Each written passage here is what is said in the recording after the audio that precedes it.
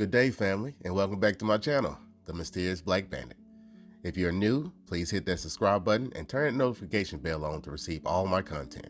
In today's video, we'll be talking about 3 school shootings that happened in the U.S. The first, the Santana High School shooting. On March 5, 2001, around 9 a.m., a 15-year-old boy named Charles Andrew Williams entered the boys' restroom at Santana High School with a loaded 8-shot .22 caliber revolver that was stolen from his father's gun cabinet. As Williams was walking in, a 14-year-old freshman whose name was Brian Zucker, who was trying to exit the restroom, became Williams' first victim to be fatally shot. Charles then left the restroom and began firing the revolver indiscriminately at other students. One student stated that Williams repeatedly walked out of the bathroom, fired shots, then went back into the bathroom. Others recounted that Williams methodically confronted and shot other students. Soon after the first shots, the scene turned chaotic as students and teachers ducked and scrambled to get to safety. After hearing what sounded like firecrackers, the campus security supervisor named Peter Ruiz and a student teacher named Tim Estes walked into the bathroom to investigate. Upon entering the restroom, Charles opened fire, shooting Ruiz once in the shoulder. Both Ruiz and Estes turned to run, but as they were running, Ruiz was hit again in the back with 2 more bullets, and Estes was hit in the back, which exited through his abdomen. 2 off-duty police officers who were visiting the school were alerted by the sound of gunshots and rushed to the area. As they approached the restroom where Charles was, he stopped and called for backup. The responding officers discovered Charles was in the restroom alone with 2 wounded victims. One of the officers noticed that he was in the process of reloading his gun, so he immediately pursued him with caution, ordering him to drop his weapon and put his hands up. Charles calmly surrendered, stating, "It's just me. I am the only one." Charles Andrew Williams was only 15 years old. Allegedly, a few weeks before the shooting, he attempted to speak with a school counselor but was instructed to return to class because the office was full. Later, he reportedly complained to the school counselor multiple times about being bullied and told a school security guard that he was going to bring a gun to campus, but evidence was not found on that claim. Some friends came to believe that Charles had reached a tipping point and mentioned that he didn't want to live anymore, but that statement resulted in more bullying. And a couple of days before the shooting, 2 friends claimed that he had been warned of the shooting, but they thought that he was joking. In the end, he shot 15 people, 2 of which died. On June 20th, 2002, Williams pleaded guilty to all charges and was sentenced to 50 years to life in prison. Next, I'll be talking about the Cleveland Elementary School shooting in San Diego, California. On January 29, 1979, a little before 8 a.m. that morning, children began to line up outside Glover Cleveland Elementary School in San Diego, California, as they waited on the principal to open the gate so they could head in. Across the street, 16-year-old Brenda Spencer was watching from her home, a ramshackle house filled with empty alcohol bottles and a single mattress she shared with her father.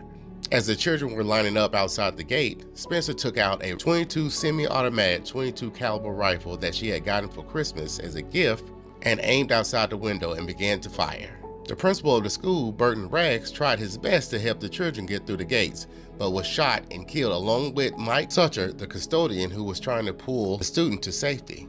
As the kids screamed and scrambled, Spencer continued to let off rounds after rounds. A responding officer and 8 kids were shot, but miraculously, none of them were killed. Despite killing 2 and injuring 9 before the gun was empty, Spencer reloaded her gun, continued to fire 30 rounds into the crowd of panicking children for 20 minutes or more. She finally put the rifle down, closed and locked all the doors and windows, and waited for the police to arrive. Once the police arrived on the scene, they knew exactly where the gunshots were coming from and sent the negotiator in to speak with her, but she did not cooperate. She warned them that she was armed and still had ammunition at her disposal, and if they made her come out, she would come out shooting.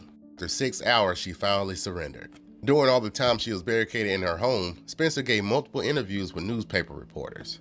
Spencer was asked for an explanation for the attack, and she allegedly stated, "I just don't like Mondays. Also, I did this as a way to cheer up the day. Nobody likes Mondays."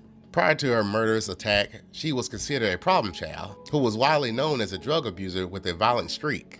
It was noted that she was telling classmates that she was going to do something big to get her on TV. During her trial, it came out that she had already broken out windows at the Cleveland school with a BB gun and was put on probation. Her probation officer suggested that she spend some time in a mental hospital for depression because she is showing signs of being suicidal to the staff at the school. But her father refused to admit her, claiming that he could deal with the suicidal thoughts and the depression. Spencer also stated that she asked her father for a radio for Christmas, but instead he bought her a gun. It was like he wanted me to kill myself. Her attorneys argued that the treatment she received from her father was the reason for her act of senseless violence, but that didn't matter. Brenda Ann Spencer was tried as an adult for the severity of the crime, and she was charged with 2 counts of murder and assault with a deadly weapon, to which she pleaded guilty and was sentenced to 25 to life. Next, we'll be talking about the Red Lake High School Massacre. This incident began on the afternoon of March 21st, 2005, when a 16-year-old Jeffrey James Weise retrieved a .22 caliber pistol from his bedroom and walked into his grandfather Darrell Lasier's room and shot him twice in the head and 10 times in the chest while he was asleep. It is not known how Weise got the pistol, but it is believed that he had possessed it for as long as a year before the shooting. Weise then stole his grandfather's 2 police-issued weapons, a 9mm Glock and a pump-action shotgun, and waited on his grandfather's girlfriend, Michelle Sigana, to return home. As she walked in the house, Weise opened fire, killing Michelle. Weise then strapped on his grandfather's police-issued Kevlar vest and set off to Red Lake High School in his grandfather's squad car. He arrived there around 2:45 p.m. He walked in the front doors of the high school, passing through the building's main entrance, and encountered the school's unarmed security guard, Derek Brunn, who was manning the school's metal detectors. As he noticed Weise was carrying the weapons, he stepped forward to confront him, but Weise let off 2 rounds, killing him. He proceeded down the hallway, firing shots towards a 62-year-old teacher named Neva Rogers, as well as some students who fled into her classroom.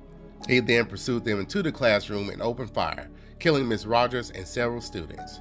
Jeffrey May, a 16-year-old sophomore, tried to wrestle Weise inside the classroom and managed to stab him with a pencil. This heroic move allowed other students to flee the classroom to get to safety, but Weise overpowered Jeffrey and shot him twice in the neck, leaving him seriously injured. Around 2:52 p.m., he continued to roam through the school, firing random shots at anyone he seen. Weise then returned to the main entrance, where he shot and killed 2 more students and wounded 2 others. Within minutes of Weise's first shot, a team of 4 tribal police and conservative officers rushed into the school, came down the hall in a tactical diamond formation, and confronted Weise with gunshot. The shootout lasted for about 4 minutes, and Weise had been shot several times in his lower back, right leg, and right arm by the police. He then retreated into a vacant classroom where he leaned against the wall, put the shotgun barrel to his chin, and fired, killing himself. This horrific massacre lasted around 9 agonizing minutes. Jeffrey Weise fired a total of 59 shots total during the school shooting spree.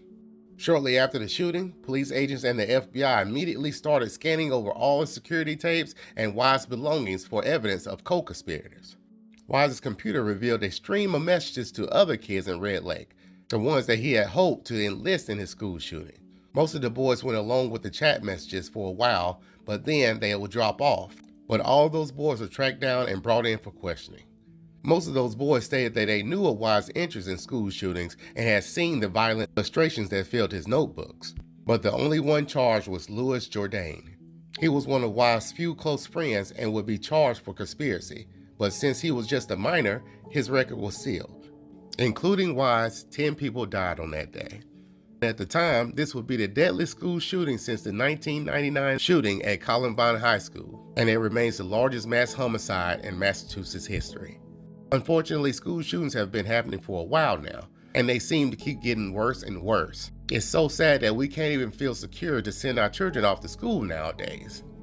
To all those families that have been in these situations, I want to send my deepest condolences, and we hope soon that the necessary changes will come. Thank you all for watching, and starting today, I will be adding every school shooting we have had here in America in hope to bring some type of awareness to this. So please make sure you like, subscribe, and turn the notification bell on to receive all new content.